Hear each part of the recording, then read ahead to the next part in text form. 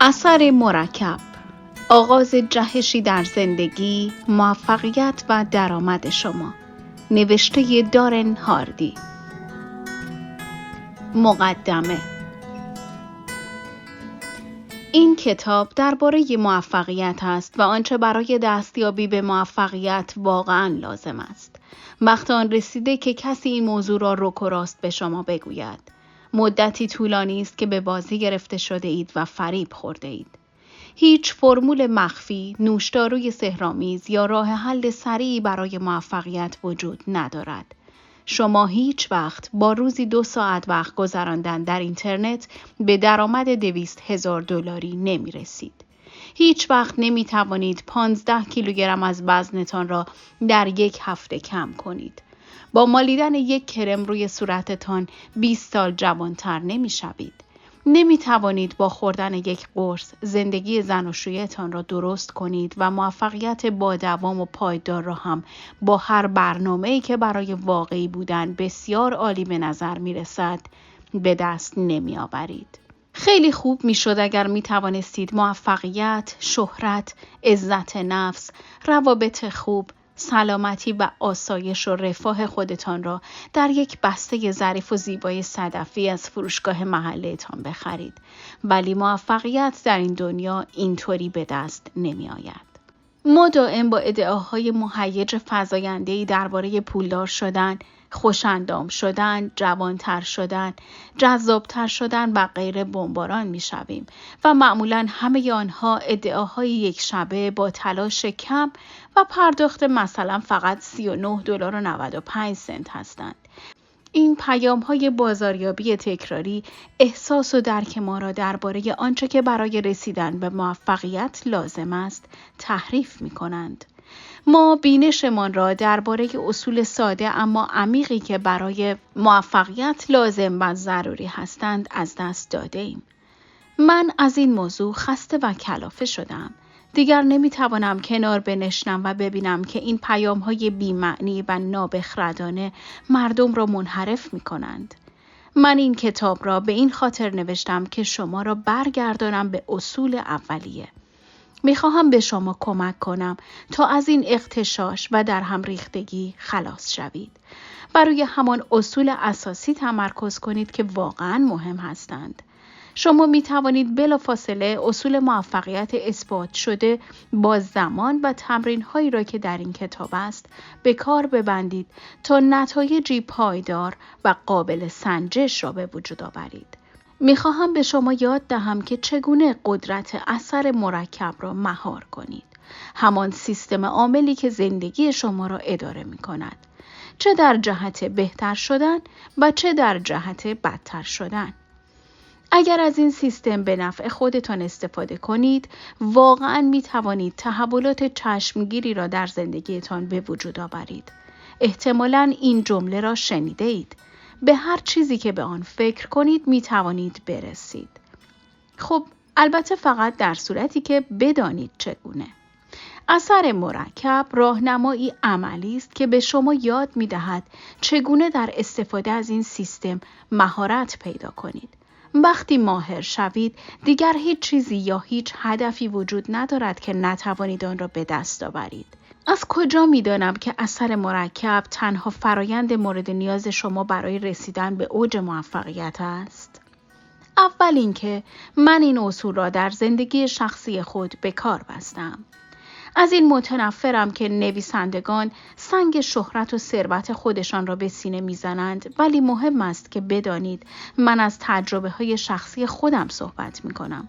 من به شما مدارک و شواهد زنده ارائه می‌کنم، نه فقط نظریه‌های تکراری.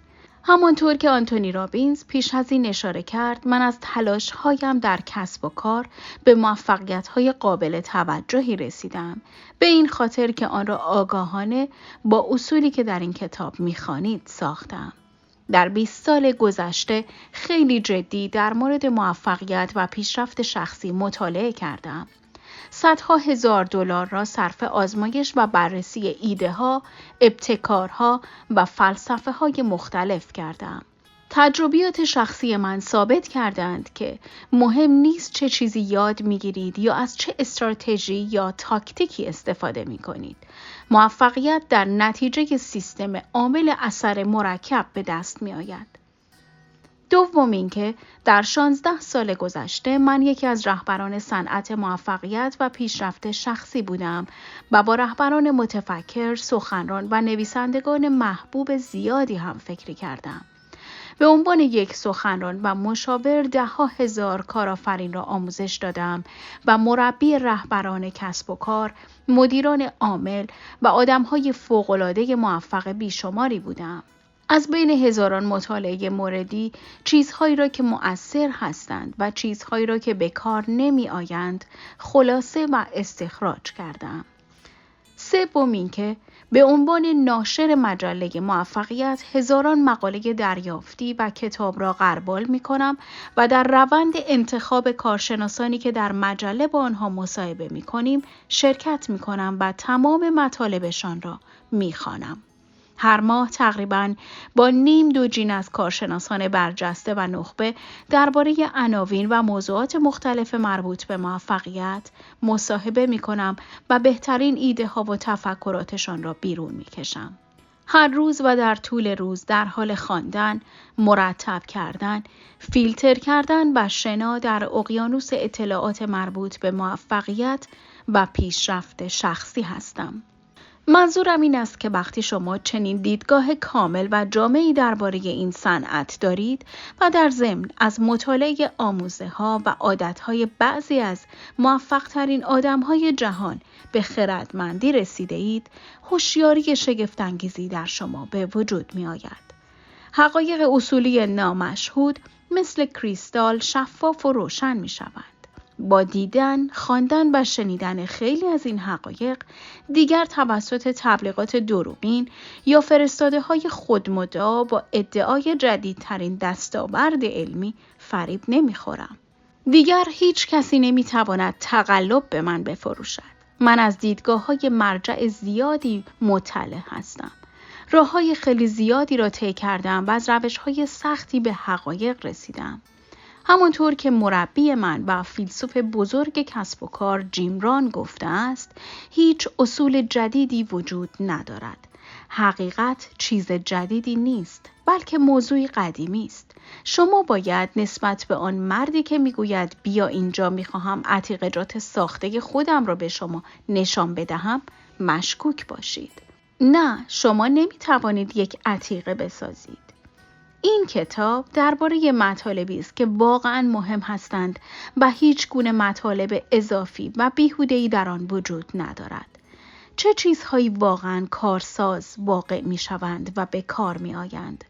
کدام اصول اولیه و اساسی هستند که وقتی روی آنها متمرکز شوید و مهارت پیدا کنید، سیستم عاملی را به وجود می آورند که می تواند شما را به اهداف مورد نظرتان برساند و به شما کمک کند تا به شیوه دلخواهتان زندگی کنید. در این کتاب همان اصول وجود دارد. آنها سیستم عاملی را ایجاد می کنند به نام اثر مرکب.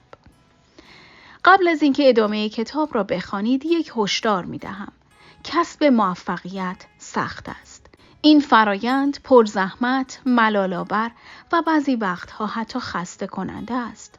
پولدار شدن، نافذ و جهانی شدن در رشته و زمینه خودتان آهسته و دشوار اتفاق می‌افتد.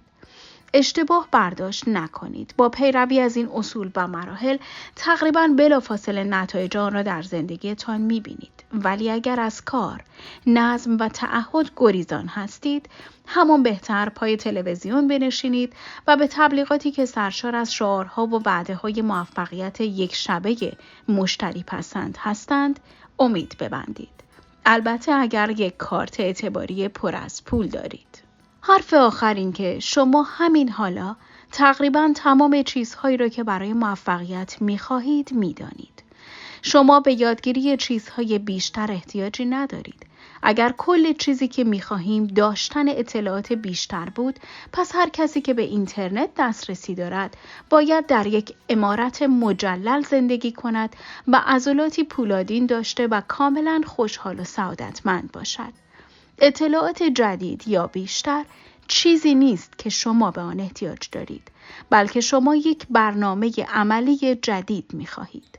وقت آن رسیده که رفتارها و عادتهای جدیدی را در خودتان خلق کنید که شما را از کارشکنی و خرابکاری دور کند و ببرد به سمت موفقیت. رسیدن به موفقیت به همین سادگی است. در ادامه این کتاب به یک برنامه عملی مفصل و ملموس پی میبرید. اجازه دهید این کتاب از همین حالا انتظاراتتان را دگرگون کند. پیش‌فرض‌هایتان را از بین ببرد. حس کنجکاویتان را برانگیزاند و ارزش را به زندگیتان بیاورد. در بخش‌هایی از کتاب منابعی را عنوان کردم که آنها را در سایت thecompoundeffect.com در دسترستان قرار دادم. لطف کنید به این سایت بروید و از آنها استفاده کنید. این کتاب و ابزارهایی که برای حمایت و پشتیبانی از شما فراهم کردم، بهترین چیزهایی را به شما ارائه می‌دهند که شنیدم، دیدم، مطالعه کردم و آزمودم. اینها بهترین مطالب از آن مطالبی است که هر ماه در مجله موفقیت به شما هدیه می‌دهیم. عصاره همه آنها جمع است در یک کتاب کوچک متحول کننده زندگی و در ضمن کتابی بسیار ساده. بیایید شروع کنیم. فصل اول، اثر مرکب در عمل.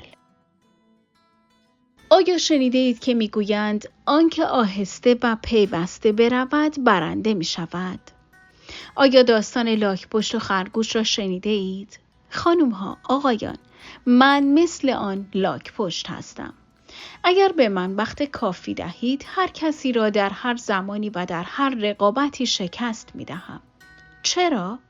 نه به این خاطر که بهترین یا باهوشترین یا سریعترین شخص هستم، بلکه به این خاطر پیروز خواهم شد که عادتهای مثبتی را در خود پرورش دادم و در بکار بستن آن عادتها هم ثبات و پایداری دارم. در کل جهان کسی نیست که بیشتر از من به ثبات و پایداری اعتقاد داشته باشد. من یک دلیل زنده برای اثبات این موضوع هستم که ثبات و پایداری کلید نهایی موفقیت است. در عین حال شاید همین موضوع یکی از بزرگترین دام‌ها برای آدم‌هایی باشد که برای رسیدن به موفقیت تقلا می‌کنند. خیلی ها نمی‌دانند چگونه ثبات و پایداری داشته باشند، ولی من می‌دانم و به همین خاطر از پدرم سپاسگزارم. در واقع او اولین مربی من بود که قدرت اثر مرکب را در من شعله ور کرد. وقتی فقط 18 ماه داشتم، والدینم از هم جدا شدند و پدرم به تنهایی بزرگم کرد. او مثل اکثر پدرها مهربان و ملایم نبود. قبلا مربی تیم راگبی دانشگاه بود و به من برای کسب موفقیت خیلی سخت می گرفت. به خاطر پدرم هر روز صبح ساعت 6 از خواب بیدار می شدم. آن هم نه با یک تلنگر آهسته محبت آمیز روی شانه هایم یا حتی صدای زنگ ساعت. نه، هر روز صبح با صدای برخورد مکرر وزنه های آهنی به کف سیمانی گاراژ خانه من که کنار اتاق خوابم بود بیدار می شدم.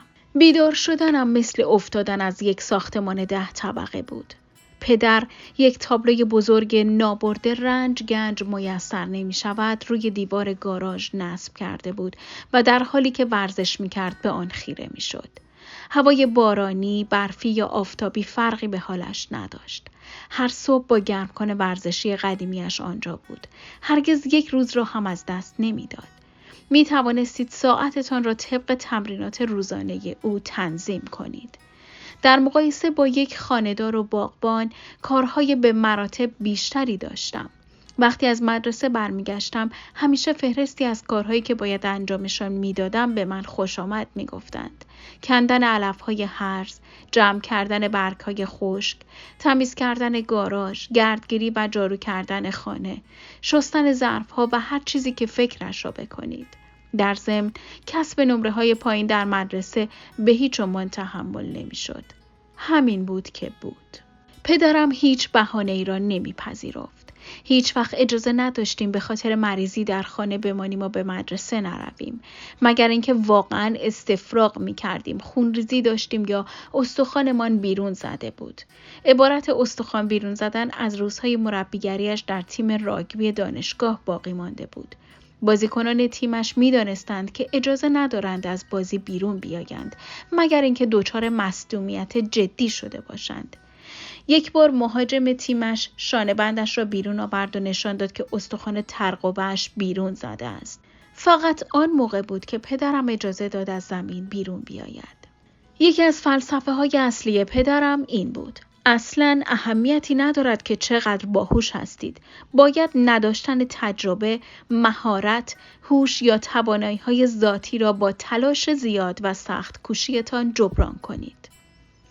اگر رقیب شما باهوشتر، با استعدادتر یا با تجربه تر است، فقط لازم است 3 یا 4 برابر سخت کوشتر از او باشید تا بتوانید شکستش بدهید. اهمیتی نداشت که با چه مشکلی روبرو شوم.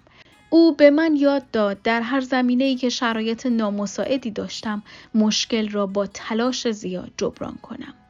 پرتاب‌های آزاد را در مسابقه از دست دادی؟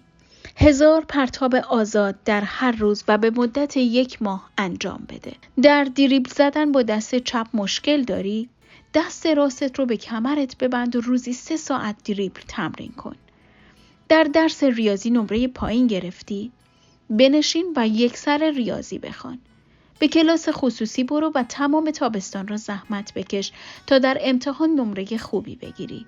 هیچ بهانه‌ای را نمیپذیرفت. اگر در چیزی خوب نبودم، باید بیشتر و هوشمندانه تر تلاش میکردم. خودش هم به حرفهایش عمل میکرد. از یک مربی راگبی به یک فروشنده حرفه‌ای و موفق تبدیل شد. از آنجا بود که ابتدا به ریاست رسید و سرانجام شرکت خودش را راه اندازی کرد. البته زیاد به ما دستور نمیداد. از همان اول اجازه میداد که خودمان از موضوع سر در بیاوریم. همیشه در مورد قبول مسئولیت شخصی تاکید می‌کرد. هر شب با چماق بالای سرمان نمی‌ایستاد تا تکالیف مدرسه‌مان را انجام دهیم. ما فقط باید به موقع و با تکالیف انجام شده‌مان جلویش حاضر می‌شدیم. وقتی این کار را انجام می‌دادیم، از ما تقدیر می‌کرد. اگر در مدرسه نمره‌های خوبی می‌گرفتیم، ما را به بستنی فروشی پرینگز می‌برد و در آنجا اجازه داشتیم تکه‌های بزرگ موز با 6 اسکوپ بستنی و همه مخلفات بگیریم. بارها خواهر و برادرهای من در مدرسه نمره‌های خوبی نگرفتند و بنابراین اجازه نداشتند که با ما به فروشگاه بیایند. بیرون رفتن همراه پدر برایمان خیلی مهم بود. بنابراین تمام تلاشمان را می‌کردیم که بتوانیم برویم. این انضباط و رویه پدر برایم یک سرمشق بود. پدر بت من محسوب می شد و می خواستم او هم به من افتخار کند. در ضمن می ترسیدم ناامیدش کنم. یکی از فلسفه های پدرم این بود: آدمی باش که نه می گوید. با همرنگ جماعت بودن هیچ موفقیت بزرگی به دست نمی آید. غیر معمول باش، یک آدم فوق‌العاده. به همین خاطر بود که هرگز دنبال مواد مخدر نرفتم. او هیچ وقت راجع به این موضوع با من صحبت نکرد، ولی نمیخواستم آدمی باشم که مواد مصرف میکند، آن هم فقط به این خاطر که بقیه هم از این کارها میکنند و در ضمن نمیخواستم پدرم را مایوس کنم. به خاطر پدر در 12 سالگی برنامه من به اندازه برنامه کارآمدترین مدیران عامل مفید بود. بعضی وقتها شکرگزاری می‌کردم. به هر حال یک کودک بودم، ولی در همان موقع هم ته دلم لذت می‌بردم از اینکه یک برتری نسبت به هم کلاسی هایم دارم. پدر به من یک برتری جدی و زود هنگام داده بود. یکی درباره انضباط و دیگری طرز فکری که می‌توانست من را مسئول و متعهد بار آورد و کاری کند به هر چیزی که به عنوان هدف در نظر می‌گرفتم برسم. اتفاقی نیست که شعار مجله موفقیت را گذاشته ایم: آنچه جویندگان موفقیت می‌خوانند. امروز من و پدرم سر این موضوع شوخی می‌کنیم که او چگونه من را فردی معتاد به موفقیت بار آورده است. در 18 سالگی درآمدی بالغ بر $100,000 در کسب و کار خودم داشتم. در 20 سالگی خانه‌ای در یک محله اعیان نشین خریدم. در 24 سالگی درآمدم به بیش از $1,000,000 در سال رسید. در 27 سالگی رسما ثروتمندی خود ساخته بودم و کسب و کاری داشتم که درآمدی بیش از $50,000,000 ایجاد می کرد. این اتفاقات زندگی من بود تا امروز، یعنی وقتی که هنوز 40 ساله نشدم. ولی به اندازه‌ای پول و دارایی دارم که برای باقی عمر خانواده‌ام کافی باشد. پدر میگوید راه‌های زیادی برای سخت کردن دوران کودکی یک آدم وجود دارد. حداقل روش من خیلی بد نبود. به نظر می رسد تو خوب از پسش برآمدی. هرچند اعتراف می کنم که باید روی خودم کار کنم تا بتوانم بدون همراه داشتن کتاب‌های کسب و کار و سیدی‌های پیشرفت شخصی به بتالت جایی لم دهم و در لحظه زندگی کنم یا روی تختی کنار ساحل چرت بزنم. با همه اینها باید به خاطر مهارت‌های موفقیتی که از پدرم و دیگران در طول مسیر زندگیم یاد گرفتم تشکر کنم. اثر مرکب از رازی پرده برمی‌دارد که در پشت موفقیت من وجود دارد. به شکل عمیقی به اثر مرکب اعتقاد دارم چون پدرم مطمئن شد که من هر روز و همیشه با آن زندگی می‌کنم. تا جایی که حتی اگر زور هم می‌زدم دیگر نمی‌توانستم جور دیگری زندگی کنم. اگر شبیه بیشتر مردم باشید، معتقدی واقعی به اثر مرکب نیستید. دلایل خیلی زیاد و قابل درکی برای این حرفم وجود دارد. شما مربی و سرمشق‌های مشابهی نداشته اید که به شما نشان دهند چه کار کنید. شما نتیجه نهایی اثر مرکب را تجربه نکرده اید. در جامعه فریبمان دادند. ما با بازاریابی‌های تجاری هیپنوتیزم شده ایم. شما را با مشکلاتی که ندارید متقاعد می کنند و بعد برای پیشگیری و علاج آنها راه حل‌های فوری به شما می فروشند. ما اجتماعی شده ایم تا به پایان‌های افسانه‌ای که جایشان در رمان‌ها و فیلم هاست باور داشته باشیم. ما اعتقادمان را در مورد خوبی و ارزش سخت کوشی و تلاش‌های مداوم و پایدار از دست داده ایم. بیایید این موانع را یکی یکی بررسی کنیم. شما نتیجه نهایی اثر مرکب را تجربه نکرده اید. اثر مرکب اصلی به دست آوردن پاداش‌های بزرگ از طریق مجموعه‌ای از انتخاب‌های کوچک و هوشمندانه است. آنچه درباره این فرایند از همه چیز برایم جالب‌تر است این است که با وجود اینکه نتایج به دست آمده خیلی بزرگ هستند، ولی قدم‌هایی که در هر لحظه برمی‌دارید خیلی به چشم نمی‌آیند.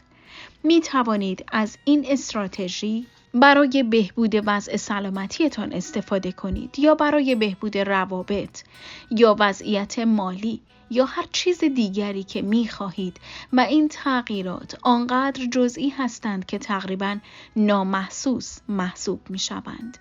این تغییرات کوچک باعث نتایجی کوچک یا غیر آنی می شوند، نه پیروزی های بزرگ و آشکار. پس چرا باید به خودم زحمت بدهم؟ خیلی ها فریب سادگی اثر مرکب را می‌خورند و خیلی زود از آن خسته می‌شوند. بعد از 8 روز دویدن دست می‌کشند چون هنوز هم اضافه وزن دارند، یا بعد از 6 ماه تمرین یادگیری نواختن پیانو را رها می‌کنند چون بجز در یک نوت ساده هنوز در چیز دیگری مهارت پیدا نکردند. یا اینکه بعد از گذشت چند سال پرداخت سهمشان در بیمه بازنشستگی را متوقف می کنند چون می توانستند از پول نقدشان استفاده بهتری کنند و در ضمن به نظر نمی رسید که خیلی هم به پولشان اضافه شود. چیزی که آنها نمی‌دانند این است که این گام‌های کوچک و به ظاهر ناچیز که پیوسته و در طول زمان انجام می‌شوند، یک تفاوت بنیادین ایجاد می‌کنند. اجازه دهید چند مثال بزنم تا جزئیات این موضوع را برای شما توضیح دهم. انتخاب‌های کوچک و هوشمندانه همراه با پایداری و زمان مساوی می‌شود با تفاوت‌های بنیادین. سکه جادویی. اگر بین 3 میلیون دلار به صورت نقدی و یک سکه 1 سنتی که در 31 روز آینده هر روز ارزشش 2 برابر می شود حق انتخاب داشته باشید، کدام را انتخاب می کنید؟ اگر از قبل این مثال را شنیده باشید، می دانید که باید سکه 1 سنتی را انتخاب کنید، چون این مسیری است که به یک ثروت بزرگتر منتهی می شود. با این حال چرا خیلی سخت است که باور کنیم انتخاب سکه 1 سنتی در نهایت منجر به پول بیشتری می شود؟ چون زمان خیلی بیشتری می برد تا نتیجه نهایی را ببینیم. بیایید نگاهی نزدیکتر و دقیقتر داشته باشیم. فرض کنیم شما 3 میلیون دلار پول نقد را انتخاب می کنید و دوستتان از مسیر سکه 1 سنتی می رود. در روز 5 دوستتان 16 سنت دارد و شما هنوز هم 3 میلیون دلار دارید. در روز 10 او فقط 5 دلار و 12 سنت دارد که جلوی پول شما چیزی به حساب نمی آید. فکر می کنید دوستتان درباره تصمیمی که گرفته است چه احساسی داشته باشد؟ شما مشغول خرج کردن میلیون ها دلار هستید و از آن لذت میبرید و از انتخابتان هم خیلی راضی هستید. بعد از گذشت 20 روز و در حالی که تنها 11 روز باقی مانده، مسیر سکه 1 سنتی تنها به 5243 دلار ختم شده است. در این لحظه دوست شما درباره خودش چه احساسی دارد؟ برای همه فداکاری‌ها و رفتارهای مثبتش فقط کمی بیشتر از 5000 دلار نصیبش شده است، ولی شما 3 میلیون دلار دارید. بعد جادوی غیبی اثر مرکب شروع می‌کند به پدیدار شدن. همان رشد و ترقی کوچک روزانه اثر مرکبی ایجاد می کند که ارزش آن در روز 31 در حدود 10,737,418 دلار است که بیش از 3 برابر پول شماست. در این مثال ساده دیدیم که چرا پایداری در طول زمان خیلی مهم است. چیزهای خیلی کمی هستند که به اندازه جادوی اثر مرکب مؤثر و برانگیزاننده باشند. به شکل حیرت انگیزی این نیرو در همه جنبه‌های زندگی به همین اندازه مؤثر و قدرتمند است. داستان بعد هم مثال دیگری است از این موضوع. 3 دوست صمیمی را در نظر بگیرید که کنار هم بزرگ شدند. در یک محل زندگی می کنند. حساسیت‌های شبیه هم دارند و درآمد سالانه‌شان در حدود 50,000 دلار است. هر 3 ازدواج کردند. سلامتی و وزن طبیعی دارند و فقط کمی درباره چاقی بعد از ازدواج نگران هستند. دوست اول، لری، همان کارهای همیشگیش را انجام می دهد. خوشبخت است یا دست کم اینطور فکر می کند. ولی بعضی وقتها شکایت می کند که هیچ چیزی هرگز تغییر نمی کند. دوست دوم، اسکات، بعضی تغییرات مثبت کوچک و به ظاهر بی اهمیت را شروع می کند. هر شب 10 صفحه از یک کتاب خوب را می‌خواند و هر روز در مسیر رفتن به محل کارش 30 دقیقه یک فایل صوتی آموزشی یا الهام بخش را گوش می‌کند. اسکات می‌خواهد تغییراتی را در زندگیش ایجاد کند، ولی نمی‌خواهد برای این کار سر و صدای زیادی به پا کند. این اواخر مقاله ای را در مجله موفقیت خوانده و از آن مقاله ایده‌ای گرفته است و می‌خواهد آن را در زندگیش به کار ببندد. قصد دارد 125 کالری را از برنامه غذایی روزانه‌اش حذف کند.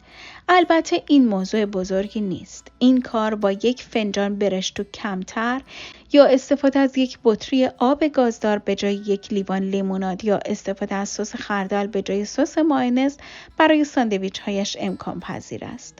کارهایی که همهشان شدنی هستند.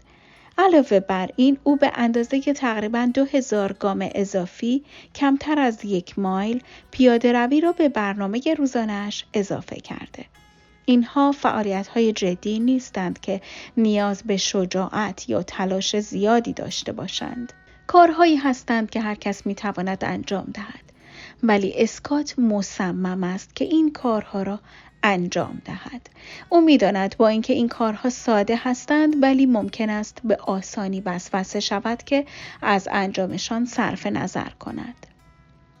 دوست سوم، براد، چند انتخاب بد انجام داده. تازگی‌ها یک تلویزیون جدید با صفحه نمایش بزرگ خریده و بنابراین وقت بیشتری را به تماشای برنامه‌ای می‌گذراند که به آن علاقه دارد. او دستورالعمل‌هایی را که در شبکه آشپزی دیده است امتحان می‌کند. لازانیا و انواع دسرها از غذاهایی هستند که علاقه دارد. در ضمن یک میز نوشیدنی‌های الکلی در اتاق پذیرایی‌اش قرار داده و هفته یک نوشیدنی الکلی را به برنامه غذایی‌اش اضافه می‌کند. اینها چیزهای خیلی زیادی نیستند. براد فقط می‌خواهد کمی بیشتر لذت ببرد.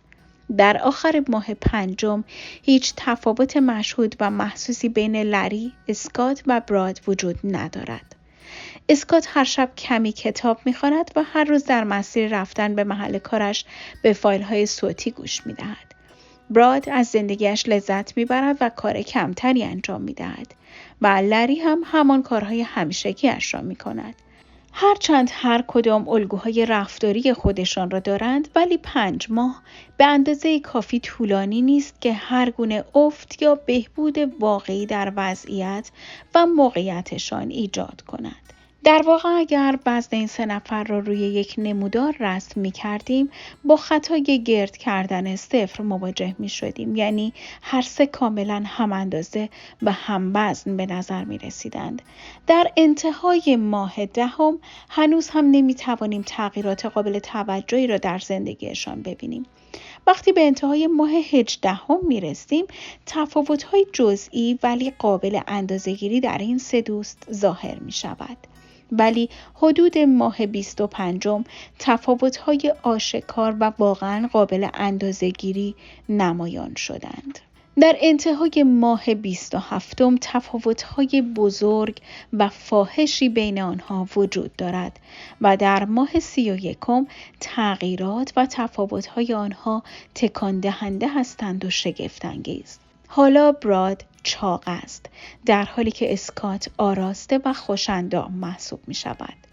اسکات به سادگی و فقط با کم کردن 125 کالری از برنامه غذایی روزانه‌اش 33 پوند یا 15 کیلوگرم از وزنش را کم کرده است. براد در همان بازه زمانی روزانه فقط 125 کالری بیشتر مصرف کرده بود و 33.5 پوند به وزنش اضافه شده بود. حالا او 67 پوند بیشتر از اسکات وزن دارد ولی تفاوت‌های بین آنها به مراتب مهمتر از وزنشان بود.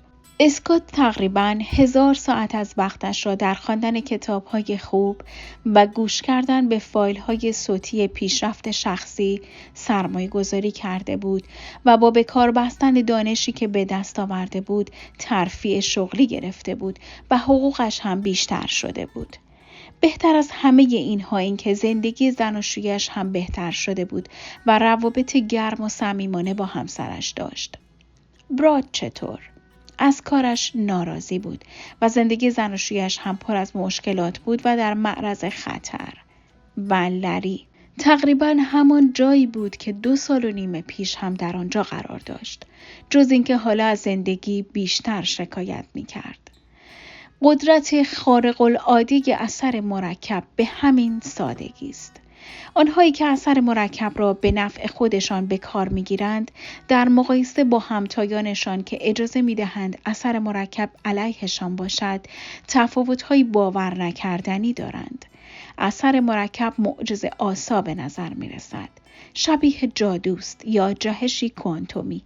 بعد از گذشت 31 ماه یا 31 سال، شخصی که ماهیت مثبت اثر مرکب را به کار می گیرد مثل کسی به نظر می رسد که یک شبه به موفقیت رسیده است.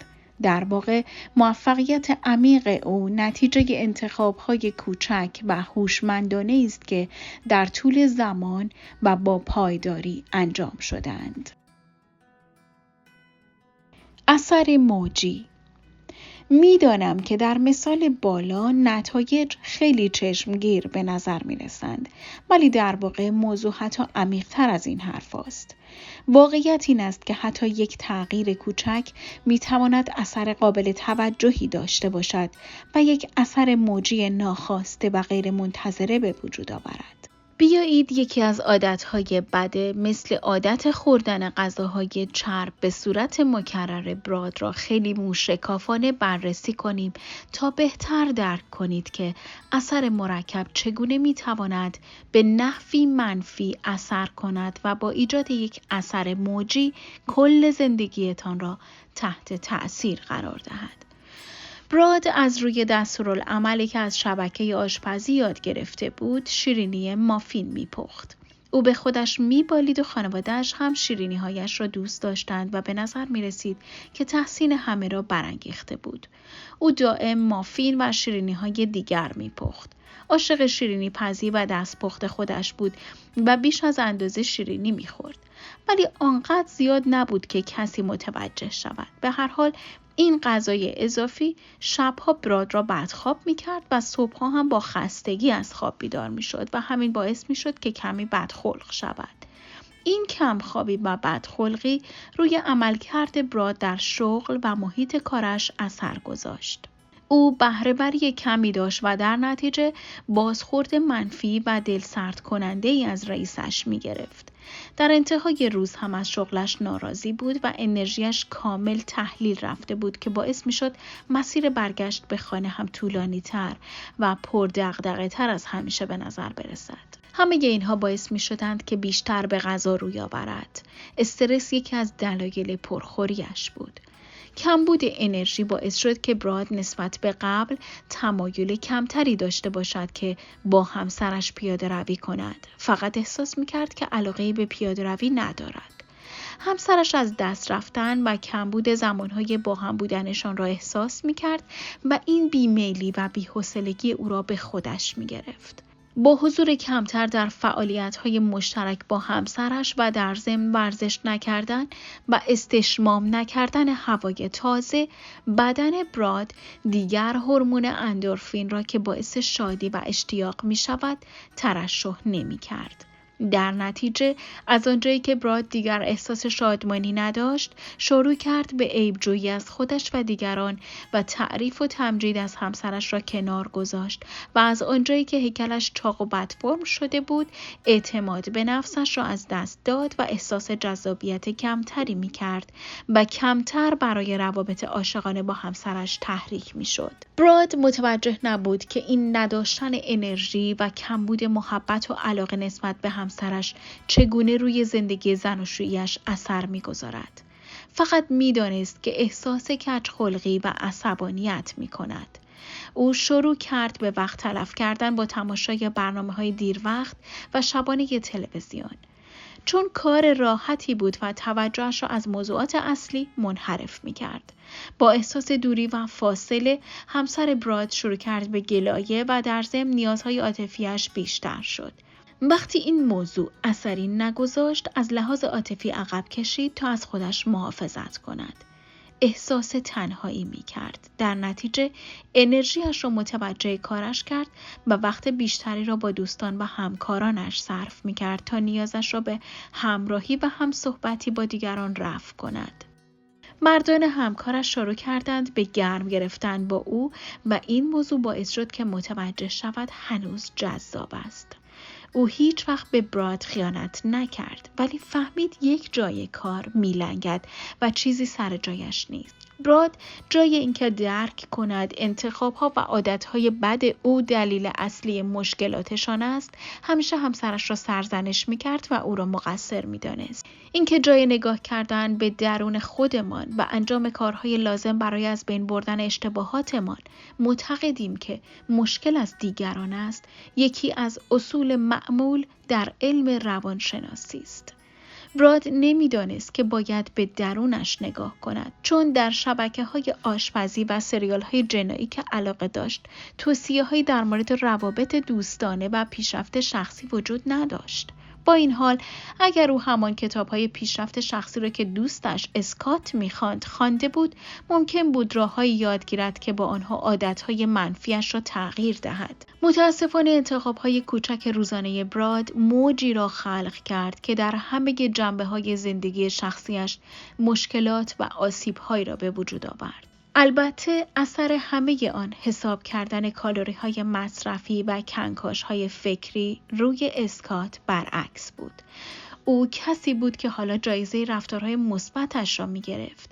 به همین سادگی. با داشتن وقت کافی و پایداری نتایج عیان می‌شوند و حتی بهتر این که آنها کاملاً قابل پیش‌بینی هستند. خبر خوب این است که اثر مرکب قابل پیش‌بینی و قابل اندازه‌گیری است.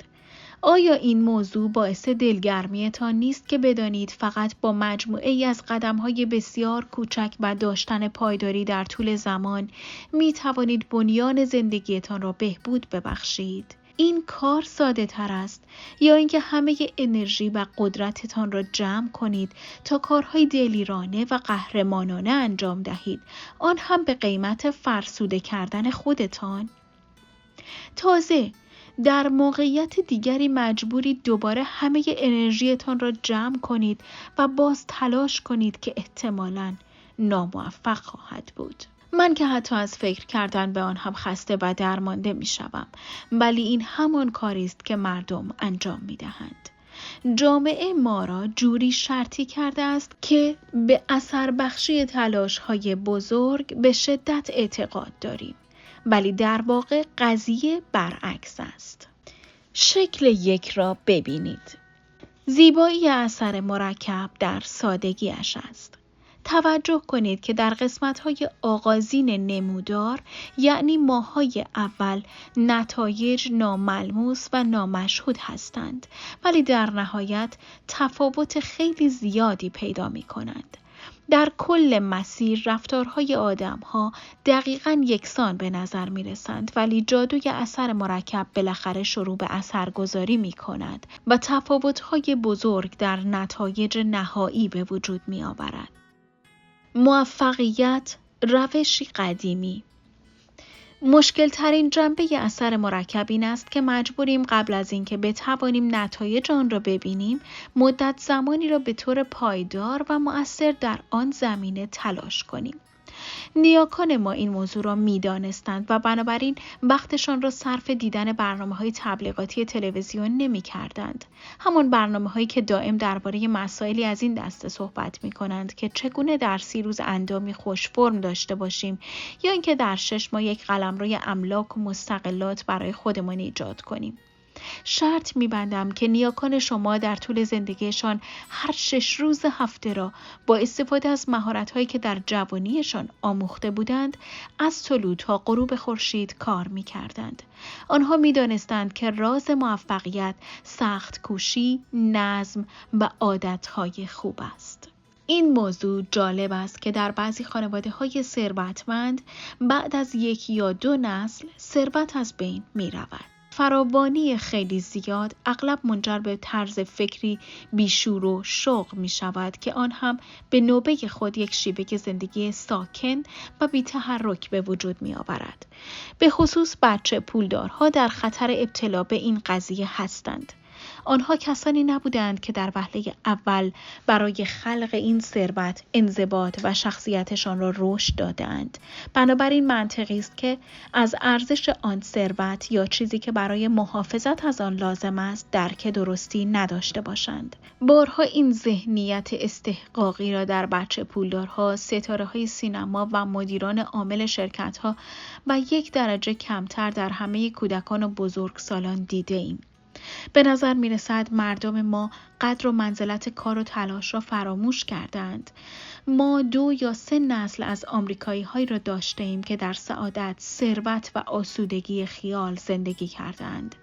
انتظارات ما از آنچه که برای ایجاد موفقیت با دوام و پایدار لازم است نه تنها کمرنگ شدند بلکه بیشتر فراموش شدند. مواردی مثل پایداری، سخت کوشی و بردباری. ما فراموش کرده ایم که به جان کندن‌های اجدادمان احترام بگذاریم.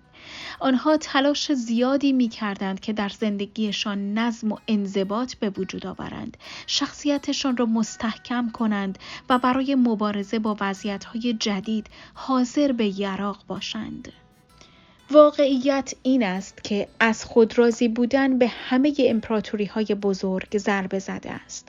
هرچند که این قضیه محدود به این امپراتوری‌ها نیست، ولی میتوان نام تعدادی از آنها را گفت، مثل مصری‌ها، یونانی‌ها، رومی‌ها، اسپانیایی‌ها، پرتغالی‌ها، فرانسوی‌ها و انگلیسی‌ها. چرا چنین است؟ چون هیچ چیزی مثل موفقیت رو به نابودی نمی رود. امپراتوری‌های سلطه‌گر تاریخ هم به همین خاطر شکست خوردند. مردم به یک سطح قابل توجه از موفقیت می رسند و بعد از آن آسوده و بیخیال می شوند. با تجربه کردن دوره‌های طولانی رونق، موفقیت، سلامتی و ثروت از خود راضی می‌شویم و از انجام دادن کارهایی که ما را به آنجا رسانده اند دست می‌کشیم. مثل قورباغه‌ای می‌شویم که در آب در حال به جوش آمدن شناور است و برای رهایی‌اش هیچ تلاشی نمی‌کند، چون آب خیلی تدریجی گرم می‌شود و او متوجه نیست که در حال پخته شدن است. اگر می‌خواهیم به موفقیت برسیم باید اخلاق کاری اجدادمان را زنده کنیم. وقت آن است که اگر برای نجات کشورمان هم نه، حداقل برای موفقیت بیشتر و پیشرفت خودمان هم که شده شخصیتمان را تغییر دهیم و مثل قبل شویم. ایده های بیخود و الکی آگهی های تلویزیون را که شبیه غول چراغ جادو هستند باور نکنید. می توانید روی مبلتان بنشینید و با فرستادن انرژی منتظر جذب چک های پول به صندوق پستی تان باشید. کریستال های بلوری را به هم بمالید، روی آتش راه بروید، از مکاتب عرفانی 2000 ساله استفاده کنید و مردهای جادویی بخوانید، ولی خیلی از آنها آگهی های گمراه کننده هستند که با چنگ زدن به ضعف هایتان شما را فریب می دهند. موفقیت واقعی و با دوام تلاش می‌خواهد و البته تلاش زیاد. در ادامه داستانی کوتاه و واقعی برایتان میگویم که مفهوم جمله هیچ چیزی مثل موفقیت رو به نابودی نمی‌رود را توضیح می‌دهد. رستوران جدید و بزرگی در نزدیکی خانه من در ساحل ساندیگو افتتاح شده بود. اول کار همیشه رستوران تمیز و آراسته بود. خانم مهماندار برای خوشامدگویی به همه لبخندی زیبا میزد. خدمتشان بی نقص بود. مدیر رستوران پیش مشتریان می آمد تا از این موضوع مطمئن شود و غذایشان هم واقعا معرکه بود. خیلی زود مردم برای صرف غذا در آنجا شروع کردند به صف کشیدن جلوی رستوران و اغلب برای گرفتن میز بیش از 1 ساعت منتظر می ماندند. بعد متاسفانه کارکنان رستوران شروع کردند به اینکه موفقیت آنجا را مسلم فرض کنند. خانم مهماندار قیافه‌ای مغرور به خودش گرفت. کارکنان بخش خدمات نامرتب و گستاخ شدند و کیفیت غذا هم اتفاقی افت کرد. در حدود 18 ماه رستوران از جریان کسب و کار خارج شد. آنها به خاطر موفقیتشان شکست خوردند. آن هم به این خاطر که از انجام کارهایی که در ابتدا باعث موفقیتشان شده بود دست کشیدند. موفقیتشان روی چشم اندازشان سایه انداخت و آنها از تلاش کردن دست کشیدند. طرز فکر ماکروویوی. درک اثر مرکب شما را از انتظار کسب نتایج آنی خلاص می کند.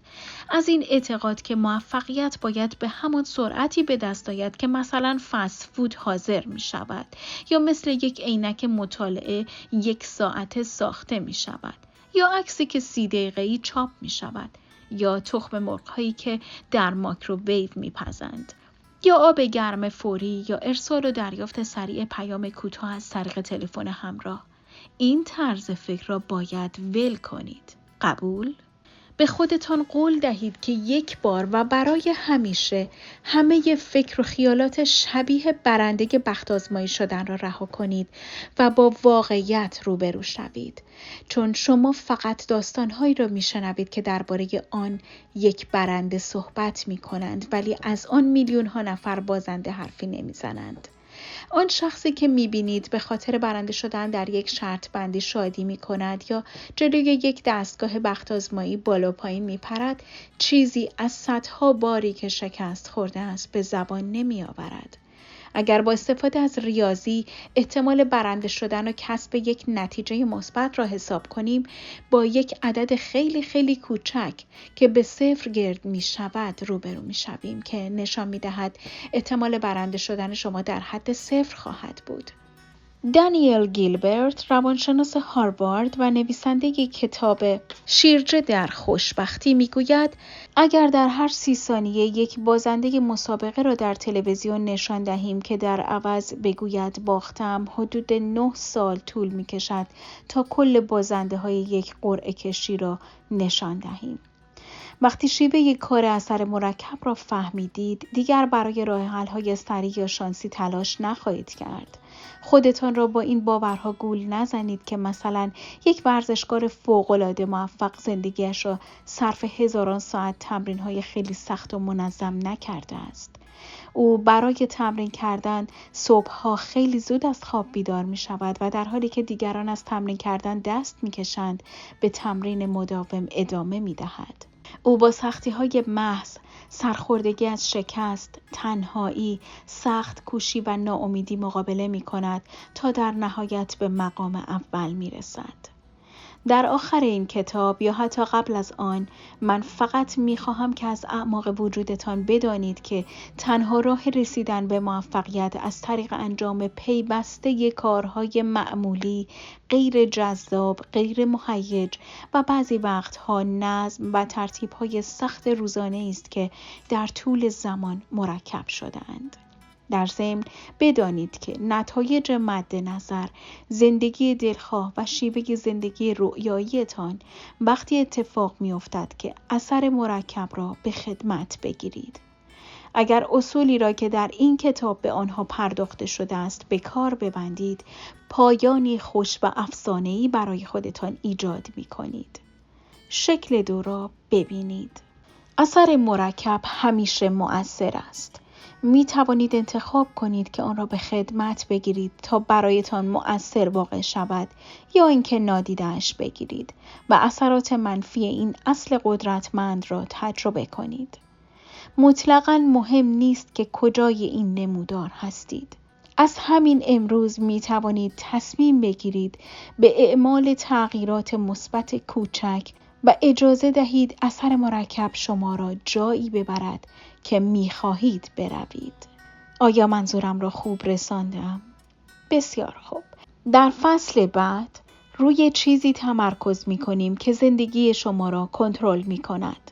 هر پیروزی یا شکست، چیره شدن یا شکست خوردنی از این موضوع شروع می شود.